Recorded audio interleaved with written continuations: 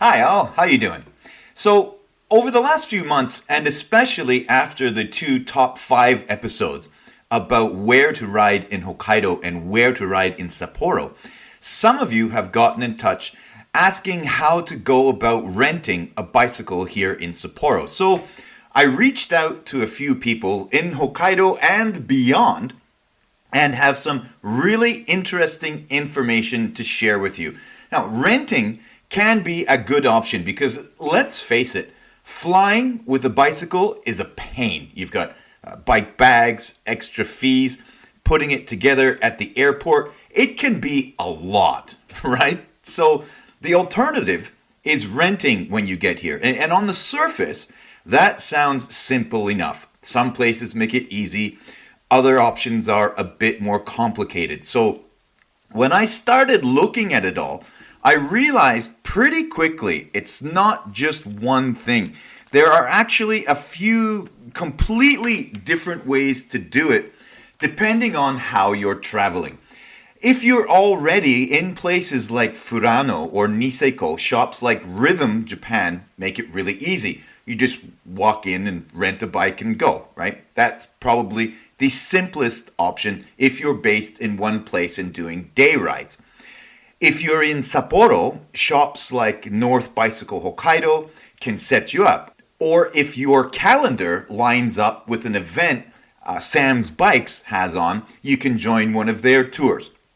Then there's a slightly different experience with places like Specialized Hokkaido Experience Center at the baseball park Escon Field, where you can test the latest Specialized bikes.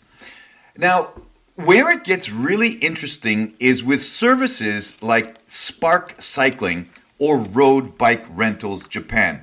They are solving the biggest problem, which is traveling with a bike. They can have all kinds of stuff ready for you when you arrive, sometimes even delivered. And then there are places like GS Astuto Rider's House and Cafe, which is outside of Hokkaido in Gunma Prefecture. But they show another side of this, more of a touring culture. It's not just about renting a bike. It's about the whole experience of traveling by bike. So really, renting in Hokkaido, or Japan for that matter, isn't just can you rent a bike? It's more like what kind of trip are you trying to have? Because once you answer that question, the right option becomes pretty clear. So now let me go into more detail about all those places, all those companies I've just mentioned. And I'm going to start with Spark Cycling. Because if you're looking to do a multi-day ride on your own, this might be your best option. Spark Cycling is focused on bike packing, and their minimum rental period is 3 days. But a manager that I was kind of having a very short back and forth with did say you could get shorter, but it would be more expensive. So their minimum rental period is 3 days. And they have hybrid bikes and touring bikes. So a hybrid bike for 3 days is 12,000 yen. And a touring bike for 3 days is 18,750 yen. With prices obviously going up for the longer you want to rent. I saw for 15 days, a hybrid bike costs 33,500 yen, and a touring bike, again for 15 days, is 69,750 yen. But they also have everything you need for bike packing for additional rental fees. They have panniers, GPS, everything right down to, they have helmets, right down to gloves. Whatever you need, they have available for rent. And here in Hokkaido, I think you really need panniers to carry food and water because you can go for very long stretches where there are zero services in some of the more remote areas. So it really is necessary to be well prepared if you're going for very long distances here in Hokkaido. A lot of it is very remote, very open. There's just nothing. You'll see that when you come up and do a ride here. Now, what's also great about Spark Cycling is they have a service called Air and Bike. They will pick you up at Chitose Airport with all the equipment you need, all the equipment you've requested, so that you can get out on the road right away. They also have various English-speaking guided tours. If you are a group of 3, those will cost you 12,000 yen each, 15,000 yen each for a pair, and 25,000 yen if you want to go solo. And included in that tour price is water and a snack, a cross bike rental, a helmet, and insurance. But if you're going out into the wilds by yourself, they will also help you plan for your trip. And what makes Spark Cycling an even more attractive option is they have 3 different support vehicle plans. The most basic one is just they'll transfer your luggage from place to place. The other is an actual support vehicle, and the little bit more expensive option is a support vehicle with a mechanic. So, folks, if you're looking to do some serious touring out on your lonesome, you should really consider Spark Cycling. Okay? Next, I'd like to tell you about Rhythm. Rhythm comes very highly recommended by the tour guide and owner of freewheeling.jp, Brad Bennett. If you recall him, he was on episode 99 of this Cycling Hokkaido podcast. He uses Rhythm when getting bicycles for his guests, but if you want to just walk in and rent a bike, they have their rental fleet, which includes e-bikes, mountain bikes, hybrid bikes, and even kids' bikes.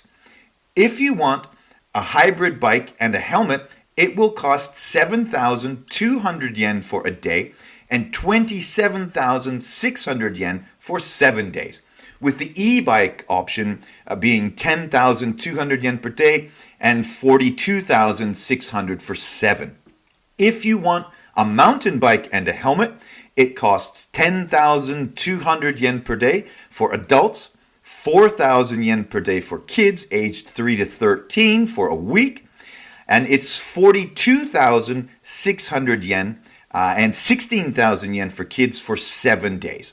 The e-mountain bikes are 15,200 yen per day, and for kids they are 8,000 yen per day. 63,600 for adults and 31,000 yen for kids for 7 days. Now, they also have lots of cool stuff on offer. They have private mountain bike lessons with multiple trails available to ride. They have 10-session courses for kids to show them how to do trail riding and skills development. And they also have guided tours for in and around Niseko, Hirafu, and of course Furano. They have a lot of services available. And it's not just bicycles, folks. This is a sports shop that offers rentals for all season sporting gear. Really, really cool company. They've got a lot of stuff. So if you're in those areas, that is a great shop to rent a bike. But one thing I did notice was that they didn't seem to have like panniers, GPS, or things you really need for extended touring available for rental. So again, if you're looking for day trips in and around those areas, awesome. They are a great place to get set up with a bike. So that's kind of all Hokkaido touring. That's kind of out in the middle. This kind of brings me to the Sapporo area of this episode. And if you're looking to rent a bike in the Sapporo area, you should check out North Bicycle Hokkaido. North Bicycle Hokkaido offers a wide range of giant brand bicycles for rental. Now, all of these are giant, remember? Okay, so hybrid bikes are 4,400 yen per day. Road bikes are 5,500 yen per day. Carbon road bikes are 8,800 yen per day. E-hybrid bikes are 8,800 yen per day. And e-road bikes are 11,000 yen per day. And they also have add-on rentals for things like panniers. They have pedal options for more serious touring. And for large groups on long tours, They have a support car service with a bike mechanic for 33,000 yen per day, plus driver accommodation. And another thing I see people often ask in different cycling chats is they're talking about what to do with bike boxes. Well, North Bicycle Hokkaido will, for 2,200 yen per day, they will store your bike box. And I think, do you remember Kyurei Havoc from episode 107 of this Cycling Hokkaido podcast? I think he actually worked out bicycle storage with them when he was here. But I can't remember if it cost them any money or not.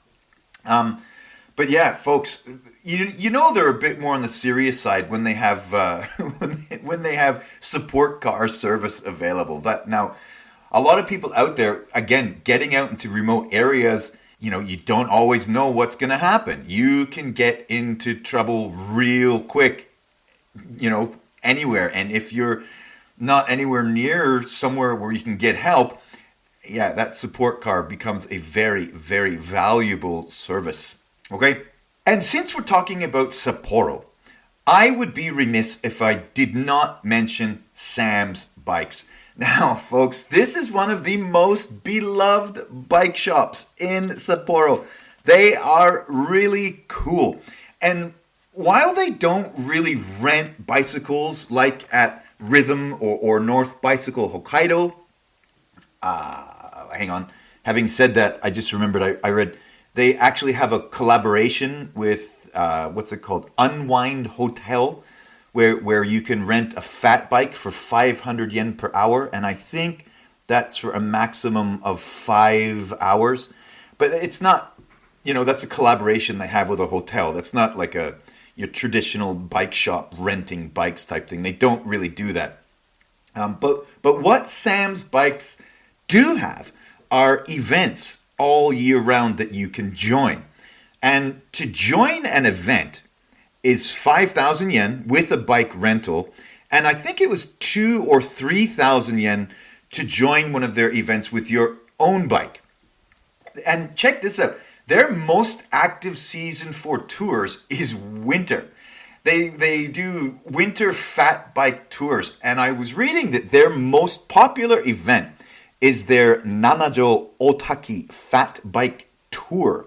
Looks really, really cool. Looks really fun. Throughout Sapporo, in places like Moere Numa Park, they have test ride events through the summer. I think I read that costs 500 yen to go for a short spin on a test bike.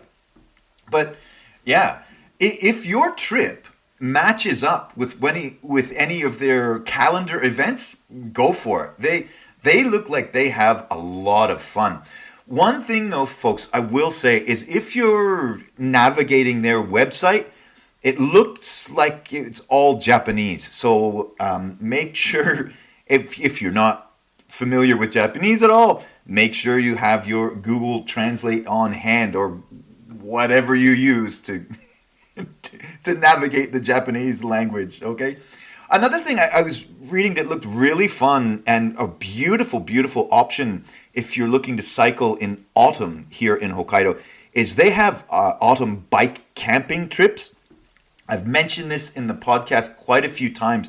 The fall colors up here in Hokkaido can just be absolutely stunning.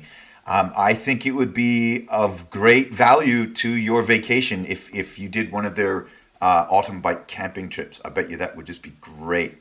I think the easiest way to follow along with their calendar, with their events, is Instagram instead of their website, which is all in Japanese. So I'll definitely provide a link to their Instagram account in the show notes. Okay, folks? One more shop I want to talk about before we get out of Hokkaido is the Specialized Hokkaido Ballpark F Village Experience Center. Man, that's a mouthful, eh? Let me say that again. The Specialized Hokkaido Ballpark F Village Experience Center.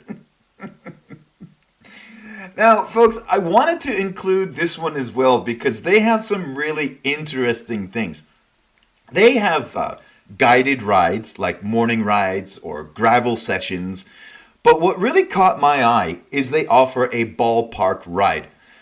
Where this is a ride where you can actually cycle inside Escon Field, inside the baseball stadium. I don't know if you folks out there know this. Hokkaido has a very, very popular baseball team, the Nippon Ham Fighters. And over the last, what was it, 5 years ago? No, not five. Maybe 5 years ago, they built this new stadium that is just incredible. It is a gorgeous facility. It's a bit expensive once you get inside, and it's cashless inside. But I think doing a cycling tour inside the stadium would actually be really, really cool. Even doubly cool if you're a baseball fan. So that kind of stood out. I was like, whoa, that's kind of a cool idea. So they have that in their calendar. I don't think it's a regular thing they do. I think it's like a couple or 3 times a year type thing that they have that on offer. But this specialized experience center, it's more like a bike testing center. And if you buy a bike within 3 months after renting, they deduct your rental fee from the cost of the bike. The shop itself, they offer rentals for 2 hours, 4 hours, and 1 day.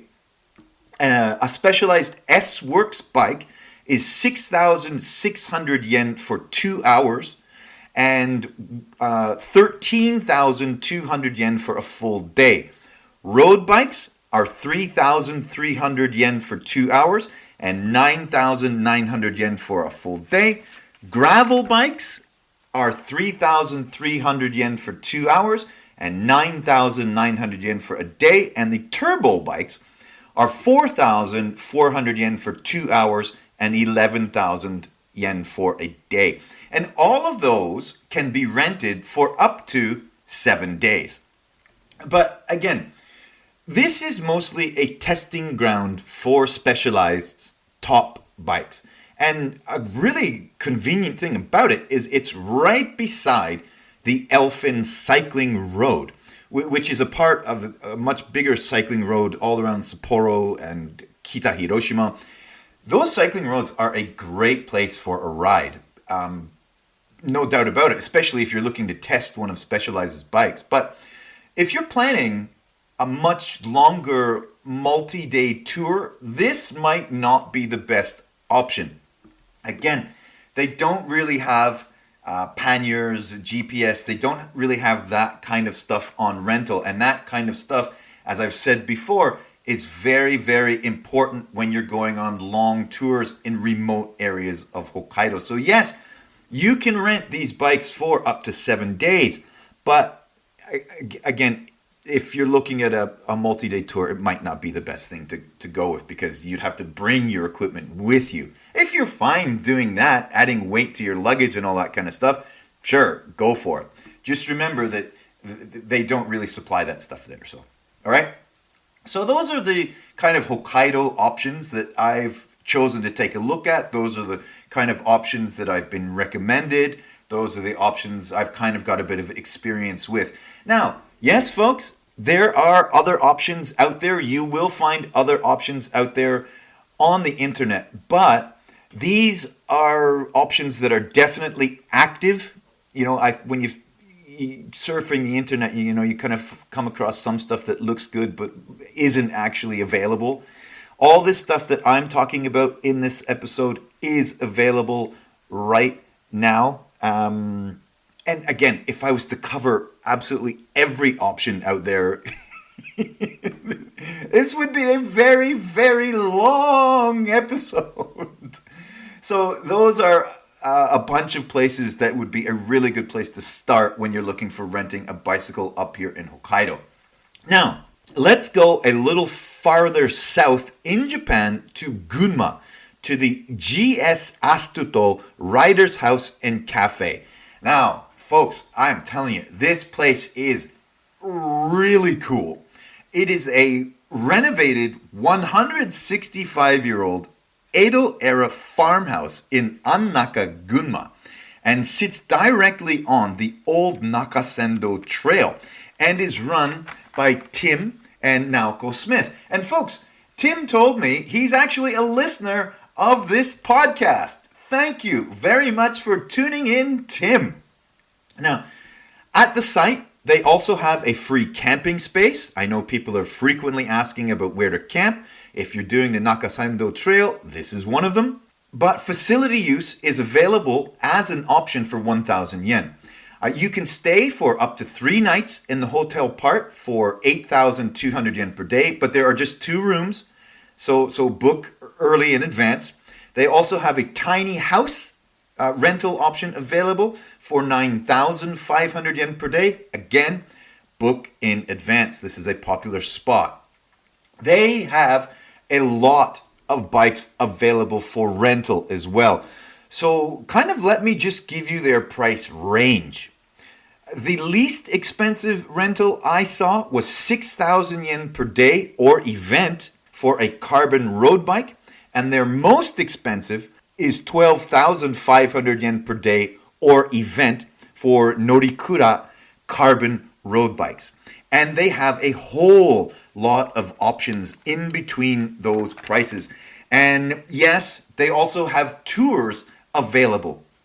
But one thing that I found that makes GS Astuto really different from the others on this list is they also do complete custom bike builds with a specialty on wheel building. Now, how amazing is that? I'm just always so fascinated by people that can actually build a bicycle and, custom fit it to your body size, your arm length, your legs, your whatever.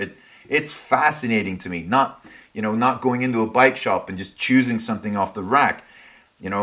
I wish I had the means to get out there and actually get a bike that is specifically fitted to my body and the kind of riding I like to do. It's kind of a little dream. If you have that same dream, folks, GS Astuto could be a really, really good option. So I found that really set them aside from the other shops on this list. But folks, with guest rooms, a free campsite, rentals, complete builds, a cafe. Folks, in the cafe, I've heard they have absolutely delicious food. With all of that, this is not just a bike shop. This is a fully immersive cycling lifestyle experience. And, living the life like that is just an absolute dream. What they've set up and what they've accomplished with just an absolutely outstanding reputation for making everything such an absolute joy for their guests, for their customers, is just outstanding. Not to mention, they are fully licensed tour operators. They can book hotels for you if you need other accommodation. They are fully licensed to do all of it. And it looks like they've got some really cool stuff on offer. If you're in Gunma, if you're looking to cycle that area, hit them up. You will not be disappointed. And folks, last but definitely not least on this list, let's go all the way down south to Osaka and the company Road Bike Rental Japan. Now, these folks, they also have locations in Kyoto, Lake Biwa, and Onomichi, which is really, really excellent and really convenient for a couple of reasons that'll be obvious in just a sec. I had a short back and forth with Gareth at the headquarters in Osaka. Folks, these guys have some excellent service for bicycle touring in the Yamato area of Japan. For rentals of 4 days or more, they can deliver to almost any hotel or Yamato base in Japan, including the Shimanami Kaido or Lake Biwa. How awesome is that? You fly in, get to your hotel, and have your cycling gear delivered to you. This is kind of, talk about Spark Cycling and Road Bike Rental Japan. These folks take care of a lot of the logistics for you, making your trip just that much easier. Not to mention, the entire staff at Road Bike Rentals Japan is fluent in English. And since they have 4 locations, this part's really cool. I haven't seen this offered at too many other places, but since they have 4 locations, for a small fee, you can pick up or drop off your bicycle at multiple locations. Like you could pick up a bike in Kansai, ride it to Onomichi, and drop it off there. Very, very convenient. So you don't have to just circle a loop around the shop you rented your bike at, right? It just allows for a greater range of cycle touring in the area. Okay, so how much are their rentals? Well, on their website, I saw they had Cannondales available starting at 4,400 yen per day up to 7,500 yen per day, obviously depending on the bike, right?